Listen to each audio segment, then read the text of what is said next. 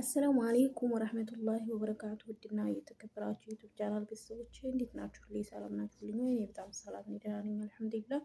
እናንተስ እንዴት አላችሁልኝ? እኔ በጣም አለሁላችሁ። ንፍቅ ብላችሁኛል፣ ጠፍቻለሁ። ይህ 2 ቀን ያው ጦምም ነበረ። እናንተስ እንዴት አደረጋችሁ? ከኔ ጋር ያው እያንገላታኝም እያዳከመኝም አልሐምዱሊላህ አለኩልሃል አለሁላችሁ። ያው ትንሽ ስራ ቢዚ አድርጎኛል፣ ብዙ አጋጣሚ የጠፋሁት። እናም ደግሞ ሲቀጥል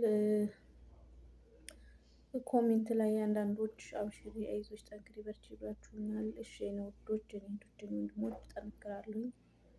የእናንተው ፈገግታ ራሱ ያጠነክረኛል ማለት ነው።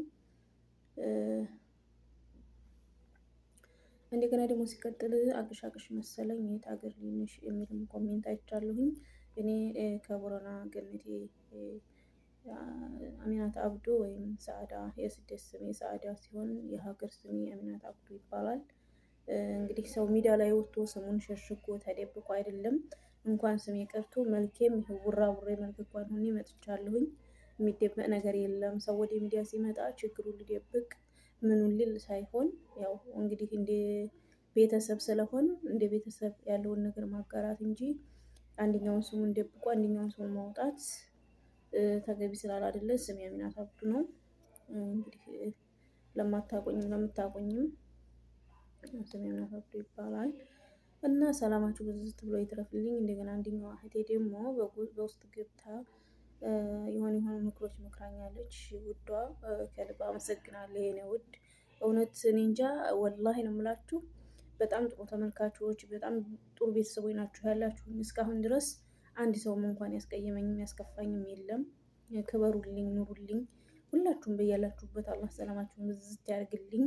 ይሄ ወር የአረፋ ወር ነው። እውነት ዱዓችን መሬት የማይወርቅበት ሰዓት ነውና ዱዓ እየተደራረገን ኢባዳችን አሳምረን አረፋን እንቀበለው ማለት ነው። እንግዲህ በቀጣይ ትምህርት በዶክተር ሰኢድ የተለቀቀውን ዛሬ ስለ ዴስክ መንሸራተት ነው። አብራችሁ እንዲቆዩ በአክብሮት ጠይቃለሁ።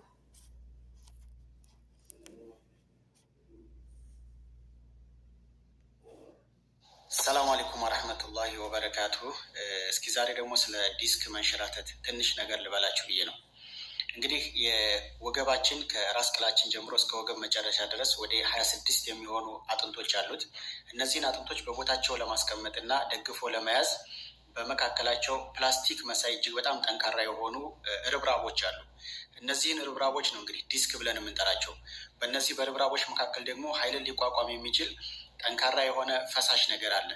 ስለዚህ እነዚህ ርብራቦች መቀደር ሲያጋጥማቸውና ይህ ፈሳሽ ወደ ውጭ ሲወጣ የዲስክ መንሸራተት አጋጠመ ብለን እንጠራለን። ይህ ፈሳሽ ነገር እንግዲህ ወደ ውጭ ሲወጣ ነርቮችን ከነካ ወይም ደግሞ ነርቮችን ካገኛቸው የተለያየ አይነት ስሜት ይሰጣል። ይሄ የወጣው ፈሳሽ ነርቮቹን ካልነካ ምንም አይነት ስሜት አይኖረውም። ስለዚህ ሁሉም የዲስክ መንሸራተቶች ስሜትን ይሰጣሉ ወይም ደግሞ ህመም ይኖራቸዋል ማለት አይደለም።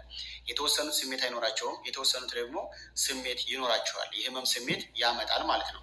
ለዚህ ለዲስክ መንሸራተት የሚዳርጉን ነገሮች ምን ምን ናቸው ከተባለ አንደኛው እንግዲህ እድሜ ነው። እድሜ እየገፋ ሲመጣ ዲጀነሬቲቭ ዲዚዝ ስለሚያጋጥም የዲስክ መንሸራተት ያጋጥማል። ሁለተኛው ከመጠን ያለፈ ክብደት ካለ ሰዎች እንግዲህ በጣም እጅግ ግዙፍ በሆኑበት ሰዓት ላይ ይሄ የዲስክ መንሸራተት ያጋጥማል ማለት ነው። ሌላኛው እንግዲህ የስራችን ጸባይ ነው። ብዙ ጉልበት የሚያስወጣ ከሆነ ክብደት የምናነሳ አይነት ሰዎች ከሆን ለዚህ ለዲስክ መንሸራተት ተጋላጮች ነን ማለት ነው። ሌላኛው ዘር ነው። እንግዲህ በዘር ምክንያት እነዚህ ዲስኮች ምናልባትም ዊክ ወይም ደግሞ ደካማ ሊሆኑ ይችላሉ። ስለዚህ በዘርም ሊመጣ ይችላል ወይም ደግሞ ጄኔቲክ ፕሪዲስፖዚሽን ሊኖረው ይችላል ተብሎ ይታሰባል። ሌላኛው ሲጋራ ማጨስ፣ እንዲህ ትንባኮና የትንባኮ ዝርያዎችን የሚጠቀሙ ሰዎች ካሉ ለዚህ ለዲስክ መንሸራተት ተጋላጮች ናቸው ማለት ነው። ሌላኛው እንግዲህ ለረጅም ሰዓት ያክል ድራይቭ የሚያደርጉ ወይም ደግሞ ረጅም ሰዓትና ሁልጊዜ መኪና የሚነዱ ሰዎች ለዚህ ለዲስክ መንሸራተት ተጋላጮች ናቸው። እንግዲህ የዲስክ መንሸራተት በሚያጋጥምበት ሰዓት ላይ ምልክቶቹ ምን ምን ናቸው ስንል የመጀመሪያው ምንም አይነት ምልክት ላይኖረው ይችላል። ዲስክ ተንሸራተተ ማለት ሁሌ ህመም አለ ማለት አይደለም። ህመም ማነው ምልክት ካመጣ ግን የመጀመሪያው ምልክት የእጅና የእግር ህመም ነው።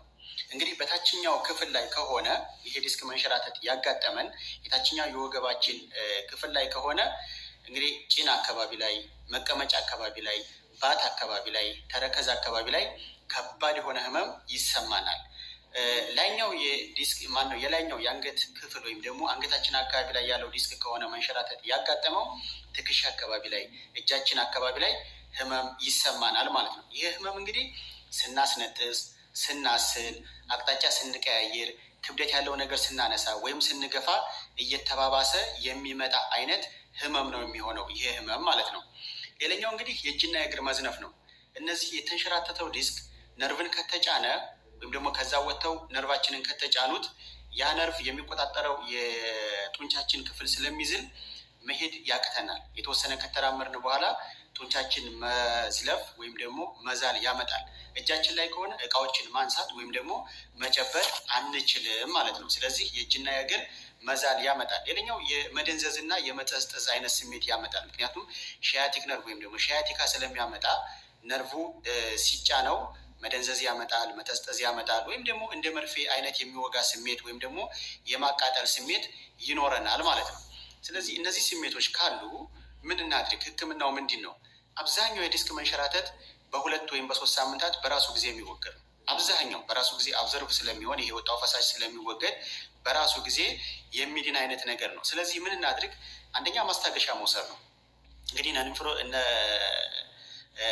ነንስቶሬል አንታ ኢንፍላማቶሪ ድረግ የሚባሉትን አይቦፕሮፌን፣ ዳይክሎፌናክ ሊሆን ይችላል። እነሱን ገዝቶ መጠቀም፣ ሙቅና ቀዝቃዛ ነገራቶችን መጠቀም። እንግዲህ ወዲያው ህመሙ በተሰማን ሰዓት ላይ በቀዝቃዛ ነገር ለተወሰኑ ጊዜ ያክል መያዝ፣ ከዛ በኋላ ከቀናቶች በኋላ ደግሞ ያንን ለማፍታታት በሙቅ ነገር ማሸት ይጠበቅብናል ማለት ነው። እንግዲህ ከመጠን ያለፈ እረፍት አለማድረግ። ዲስክ መንሸራተት አጋጥሞናል ብለን አልጋ ላይ የምንውል አልጋ ላይ የምናድር አይነት ነገር ከሆነ የሚያገግምበትን ጊዜ ያራዝምብናል። ስለዚህ አካላዊ እንቅስቃሴ ማድረግ፣ ቀለል ያሉ እንቅስቃሴዎችን ማድረግ ይኖርብናል።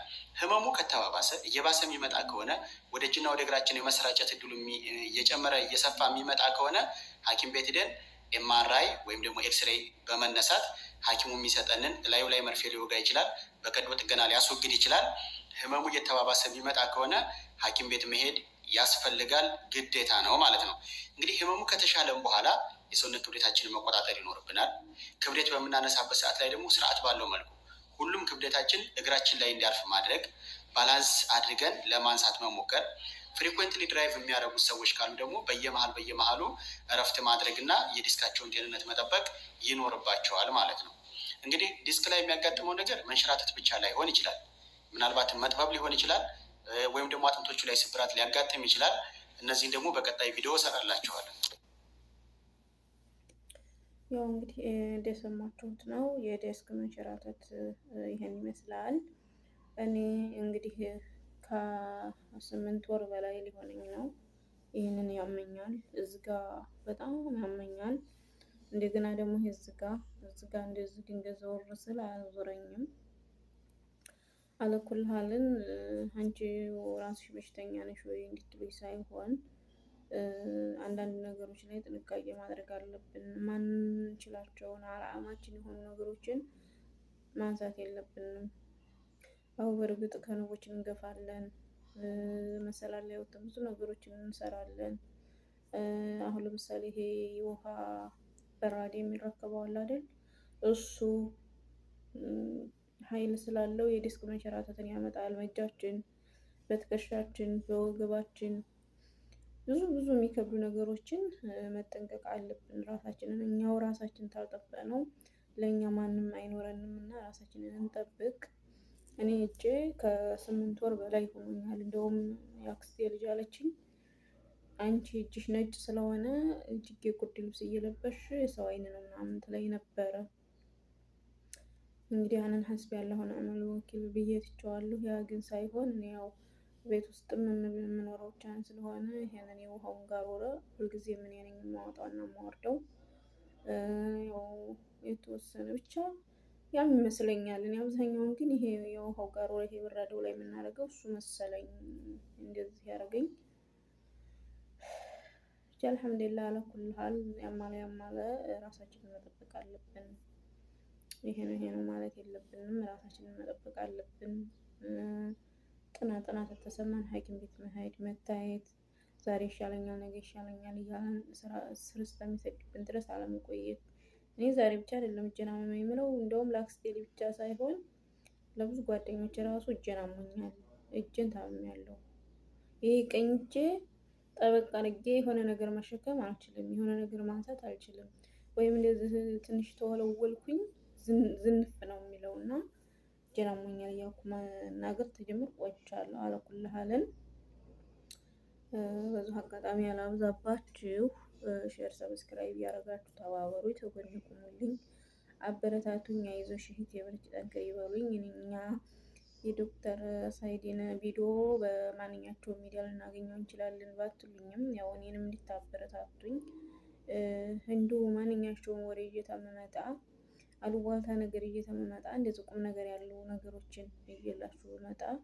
ኢትዮጵያ ያለው ቲክቶክ የለውም፣ ቲክቶክ ያለው ኢትዮጵያ የለውም። በነገራችን ላይ አሁን ሁሉም ሰው ሚዲያ ተጠቃሚ ነው። ነገር ግን ልናገኛቸውም ላናገኛቸውም እንችላለን። ቢሆንም እኔንም አበረታቱኝ።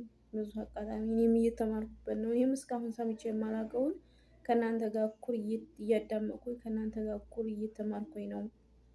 በጤናችን ላይ ምን እንዳለ በተለይ እነዚህን ዶክተሮችን የመንግስት ሰራተኞችን ብንከታተል ብዙ ነገሮችን ልናቅ እንችላለን። የማናውቃቸውን ሁሉ ብዙ ልናቅ እንችላለን እና አሁንም ዶክተር ሰኢድ በየጊዜው በየነጋው የሚለቃቸውን ቪዲዮ ወደ እናንተ ለማድረስ ዝግጁ ነኝ። ሁላችሁም አብራችሁ በመሆን ሼር፣ ሰብስክራይብ፣ ላይክ እያደረጋችሁ በኮሜንት አብሽሪ፣ ጠንክሪ፣ በርቺ እህት አብሽሪ፣ እኛም ከጎንሽ ነን እያላችሁ አበረታቱኝ።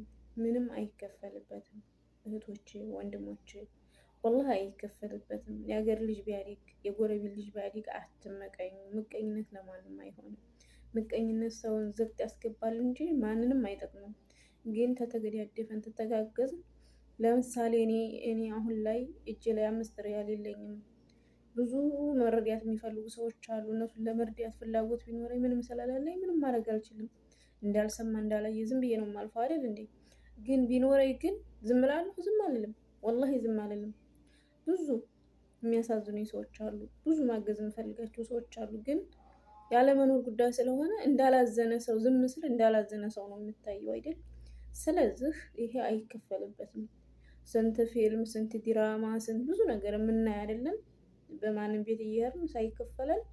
ይሄ ደግሞ እዚህ ጋር ይከፈለናል ወይ እንድትሉኝ ሳይሆን እናንተ ሳይሆን እኔ ሊከፈለኝ እንጂ እኔ ተከፈለኝ ደግሞ ለወገን ደራሽ ወገን ነው ይባል የለም።